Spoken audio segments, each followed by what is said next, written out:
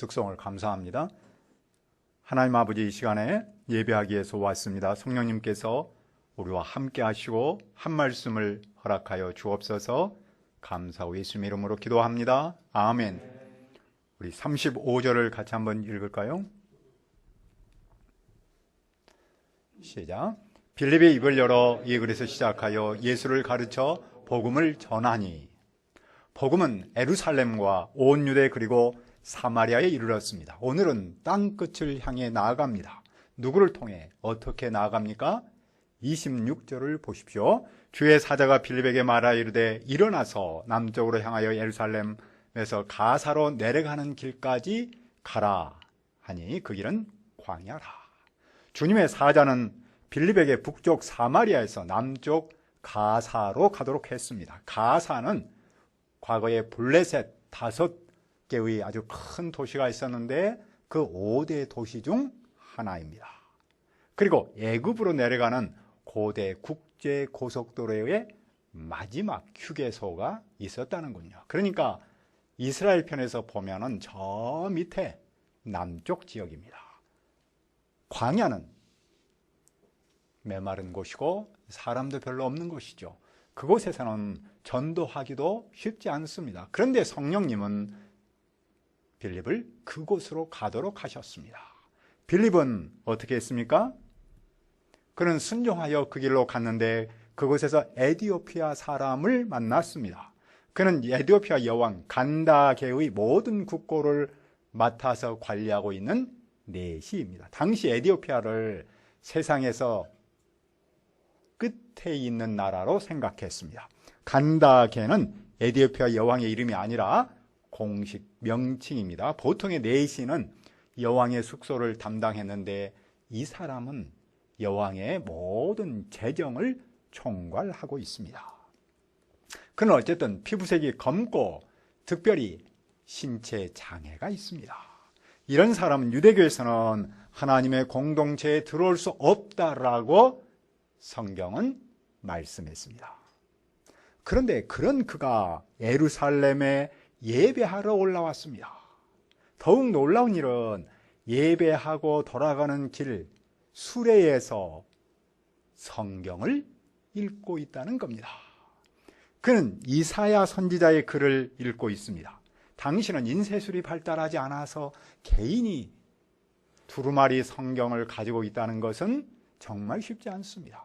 그런데 이 사람은 아마도 부자여서 그 비싼 이사야서 두루마리 복음을 성경을 갖고 있었습니다. 그런데 그는 그 비싼 성경을 가지고 있는 것으로 만족하지 않고 그것을 읽고 있습니다. 수레에서 성경을 읽는다. 얼마나 어지러울까요? 어쨌든 그는 그것을 읽고 있습니다. 성령님은 빌립에게 무슨 방향을 주셨습니까? 29절입니다. 성령이 빌립들이 이르시되 이 수레로 가까이 나가라. 성령님은 빌립을 이방인이며 신체 장애가 있는 그에게 가까이 가도록 하셨습니다. 무슨 뜻이 있습니까? 성령님께서 기존의 고정관념을 깨십니다. 민족과 신체 장애라는 틀에 갇힌 경계선을 허뭅니다. 사실 그 일은 이미 이사야 선지자가 이렇게 말씀했습니다. 여호와께 연합한 이방인은 이렇게 말하지 말라. 여호와께서 나를 그의 백성 중에서 반드시 갈라내셨다라고 말하지 말라. 특히 고자도 내시죠. 내시는 이런 말을 하면 안 된다. 나는 마른 나무이다. 이사야 선지자는 이미 하나님께서 사실은 신체적 약자, 장애를 다 영접했다는 사실을 예언하고 있습니다. 여호와는 피부색과 신체 장애로 사람을 차별하지 않습니다. 성령님은 이 사실을 유대인 빌립에게 먼저 보여주시고 동시에 에디오피아 사람에게 보여주십니다. 그리고 오늘 우리에게도 보이십니다. 빌립은 성령님의 뜻에 순종하여 달려가서 그 사람에게 물었습니다. 당신이 지금 이사야 선지자의 글을 읽고 있는데 그것을 깨닫습니까? 그의 대답이 무엇입니까? 31절을 읽읍시다. 시작. 대답하되 지도해주는 사람이 없으니 어찌 깨달을 수 있느냐 하고 빌립을 정하여 수레에 올라 같이 앉으라 하니라. 그는 이사야의 글을 읽고는 있지만 깨닫지 못했습니다. 왜냐하면 지도해 주는 사람이 없었기 때문입니다. 그는 빌립을 수레에 올라오도록 하며 도움을 청했습니다. 이방 사람이 유대 사람을 성경 교사로 영접한 겁니다. 이방인과 유대인의 첫 1:1 성경 공부는 이렇게 시작했습니다. 그가 읽고 있는 성경 구절은 무엇입니까? 32절과 33절인데 우리도 한번 읽어봅시다. 32절 33절입니다. 시작. 읽는 성경 구절은 이것이니 일러스되 그가 도살자에게 가는 양과 같이 끌려갔고 털 깎는 자 앞에는 어린 양이 조용함과 같이 그의 입을 열지 아니하였도다. 그가 굴욕을 당할 때 공정한 재판도 받지 못하였으니 누가 그의 세대를 말하리요. 그의 생명이 땅에서 빼앗김이로다 하였거늘. 이 말씀은 이사야 선지자의 말씀인 53장 7절로 8절을 인용한 겁니다. 그것은 고난을 받는 여호와의 종, 즉 고난받는 메시아에 관한 예언입니다. 그러니까 이 내용은 예수님께서 십자가에서 고난을 받고 죽으실 것에 대한 예언입니다. 그런데 그는 빌립에게 이 말씀을 기초해서 무엇을 물었습니까? 34절입니다. 그 내시가 빌립에게 말하는데 청컨대 내가 묻노니 선지자가 이 말하는 것이 누구를 가리킴이냐? 자기를 가리킴이냐? 타인을 가리킴이냐? 그 사람은 이사야 선지자가 말한 그가 누구인지를 몰랐습니다. 다시 말하면 도살자에게로 가는 양과 같이 끌려가는 그 어린 양이 누구인지를 깨닫지 못했습니다. 공정한 재판도 받지 못한 그가 선지자 자신을 말함인지 아니면 다른 사람을 말함인지를 알고 싶었습니다. 빌립은 그에게 무엇을 가르쳤습니까? 35절입니다. 빌립이 입을 열어 이 글에서 시작하여 예수를 가르쳐 복음을 전하니. 복음은 좋은 소식입니다. 이사야 선지자가 말한 그는 예수님이십니다. 빌립은 그에게 예수님을 좋은 소식으로 전했습니다. 무슨 뜻입니까? 이사야 선지자의 예언대로 예수님은 도살자에게로 가는 양과 같이 끌려갔고 털 깎는 자 앞에는 어린 양이 조용함과 같이 그의 입을 열지 아니했습니다. 예수님은 굴욕을 당했을 때 공정한 재판도 받지 못했습니다. 그분은 이 세상에서 생명을 빼앗기셨습니다. 그러나 그분은 죽은 자 가운데서 살아나셨고 하늘로 오르셔서 이제는 하나님 나라에서 왕으로서 다스리고 계십니다. 빌립은 바로 그분이 예수님이시라는 사실을 증언했습니다. 그는 빌립의 가르침 앞에서 어떻게 했습니까? 36절을 보십시오. 길 가다가 물 있는 곳에 이르러 그 내시가 말하되 보라 물이 있으니 내가 세례를 받음에 무슨 거리낌이 있느냐. 그는 광야길에서 오아시스를 발견했습니다. 그는 광야 같은 삶의 현장에서 생명수를 찾았습니다. 그는 세례를 받고자 합니다. 세례는 예수를 믿는다는 표시입니다. 빌립은 수레에서 내려와 그에게 세례를 베풀었습니다. 그는 세례를 받음으로 하나님한테 소외당한 사람이 아니라 환영받는 존재가 되었습니다. 그는 세례를 받음으로 자기 자신도 이제는 예수님의 증인이라는 사실, 정체성을 분명하게 합니다. 우리는 그의 변화를 통해서 무엇을 배웁니까? 성경 교사의 필요성과 중요성입니다. 하나님은 우리에게 성경을 주셨습니다. 하나님은 성경을 통해 예수 그리스도를 믿도록 하셨습니다. 그런데 그 성경을 혼자 깨닫기는 쉽지 않습니다. 성경 교사가 없이는 말씀을 바르게 깨닫지 못합니다. 그래서 하나님은 우리에게 성경과 함께 성경 교사도 주셨습니다. 누구든지 성경 교사를 통해서 말씀을 바르게 깨달으면 예수님을 믿을 수 있습니다. 따라서 한 사람이 예수님을 믿으려면 성경 교사가 필요합니다. 옛적에 제가 고등학교 다닐 때 나왔던 교과서에 실렸던 예화입니다. 중국에 한 큰 학자가 있었는데 사람들이 그에게 와서 한 수를 가르쳐 달라고 청했습니다. 그때 그는 이런 유명한 말을 남겼습니다. 내게 배우기보다는 네가 스스로 책을 읽고 또 읽어보라. 책을 100번 읽어보면 그 뜻을 저절로 알게 된다. 이것을 뭐라고 표현하면 독서 100편, 책을 100번을 읽으면 의자연 스스로 네가 깨닫는다. 아주 제가 고등학교 다닐 때 아주 유명한 말이었고 문과에서는 반드시 시험에 나온 그런 내용이었습니다. 그래서 아직까지 기억하고 있습니다. 그런데 그것을 반전시킨 위대한 사람이 있습니다. 우리나라 최초의 영어학 박사였는데 그가 이렇게 말했습니다. 그래, 우리의 선배들은 이 말에 의해서 그 천자문을 읽고 또 읽어서 하여튼 무슨 뜻인지 자기 나름대로 다 해석을 했어요. 그러나 내가 영어를 처음 배울 때 3인칭이라는 말을 깨닫지 못해서 100번을 읽었다. 아니, 더 이상을 읽었다. 그런데도 그 뜻을 알지 못했다. 마침 미국에서 온 선교사를 만나서 물었더니 30초 만에 해결을 받았다. 네가 1인칭, 나는 2인칭, 저 사람이 3인칭. 사람은 스스로 노력해서 알기도 하지만 선생이 필요하다는 사실입니다. 우리가 성경을 알고 예수님을 믿으려면 절대적으로 성경 교사가 필요합니다.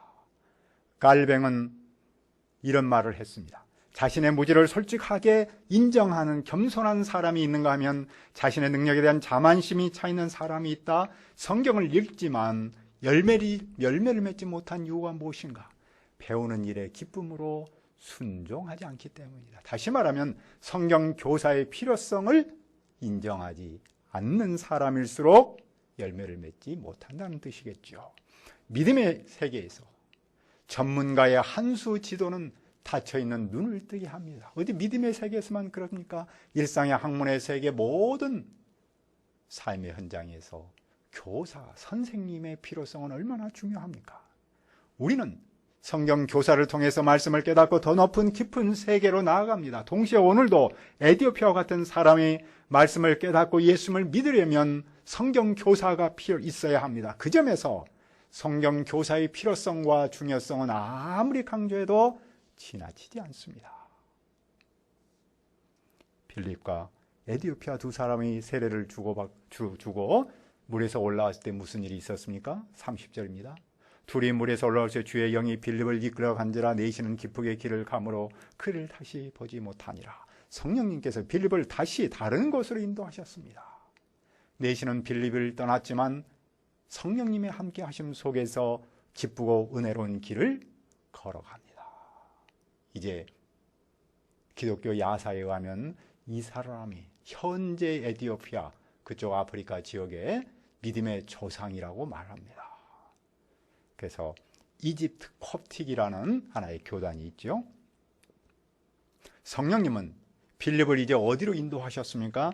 빌립은 아소도에 나타났습니다. 성령님은 그를 남쪽에서 다시 중간 지점인 유대로 인도하셨고 그는 성령님께서 인도하신 대로 갔습니다. 그는 여러 성을 지나면서 복음을 전합니다. 그는 가이사랴까지 복음을 전합니다. 가이사랴는 유대 지역으로 지중해 쪽입니다.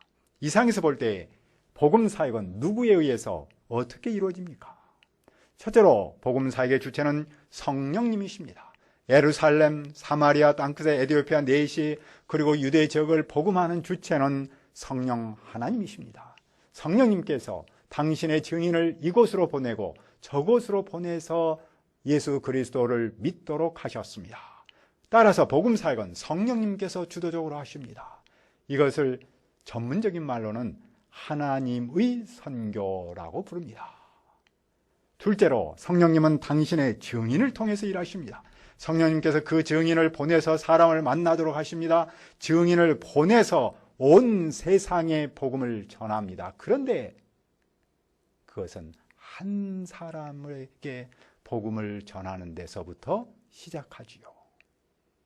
성령님께서 주도적으로 일하시지만 언제나 당신의 증인을 통해서 당신의 증인과 함께 증인을 쓰셔서 일하십니다. 현재 튀르키예에 있는 한 선교사가 간증하는데 이런 말을 하더군요. 튀르키예는 이제 그 공식적인 보도에 의하면은 이슬람 인구가 약 99.8%라 그럽니다. 그러니까 이제 기독교는 0.02% 되겠죠. 그래서 대부분 사람은 이쪽 지역에서는 전도하기가 정말 어렵다라고 말을 하겠죠. 그는 이렇게 오히려 반문을 했다는군요. 그때마다 당신은 전도를 해보고 그렇게 말합니까? 아니면 그냥 그런 통계만 갖고 말합니까? 그 선교사가 볼 때 많은 사람이 전도하지 않으면서 전도가 어렵다고 말한다는 겁니다. 물론 사실은 이런 상황에서 전도는 쉽지 않겠죠. 하지만 성령님께서 일하신 것을 믿고 누구든지 어떤 환경에서도 성령님은 일하실 수 있다는 그 믿음이 먼저 전도자에게, 증인에게 필요하다는 겁니다. 성령님을 의지하고 도전하면 성령님께서 일하셔서 우리에게 한 사람을 만나도록 하신다는 것이죠. 그것이 바로 성령님이 주도적으로 일하신다는 뜻입니다. 트리키에는 지진으로 큰 아픔을 겪고 있는데 많은 언론에서 보도한 것처럼 그들은 대한민국을 형제의 나라로 대단히 아주 짝사랑을 하고 있다는군요. 그들을 향한 한국 교회와 한국의 선교사의 마음 또한 애틋합니다. 제가 아는 지진이 일어난 곳과는 정반대쪽인 동쪽, 그러니까 우리가 볼 때는 서쪽이죠. 우리가 볼 때는 저 서쪽이잖아요. 이제 유럽 쪽에. 근데 그곳에 이스탄불에 있는 선교사, 신학교 학생들이 지금 지진이 일어나고 있는 이 시리아 쪽으로 다 옮겨가서 구조 활동을 하고 있습니다. 그들은 구조 활동을 하면서 복음을 전하고 있습니다. 같은 이슬람 지역에서 텐트를 보냈는데 다 떨어지고 구멍난 것을 보냈는데 한국 쪽에서 보낸 건 아주 A급을 보내지 않았겠어요?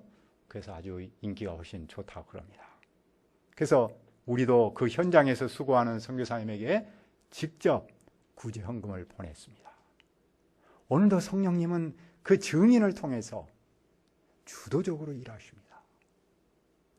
우리는 새학기를 시작하면서 우리의 캠퍼스에도 성령님께서 우리를 증인으로 쓰셔서 일하심을 믿습니다. 전도자 필립을 에티오피아 한 영혼의 성경교사로 쓰셨듯이 오늘 우리를 캠퍼스 한 영혼의 성경교사로 써주시도록 기도합니다.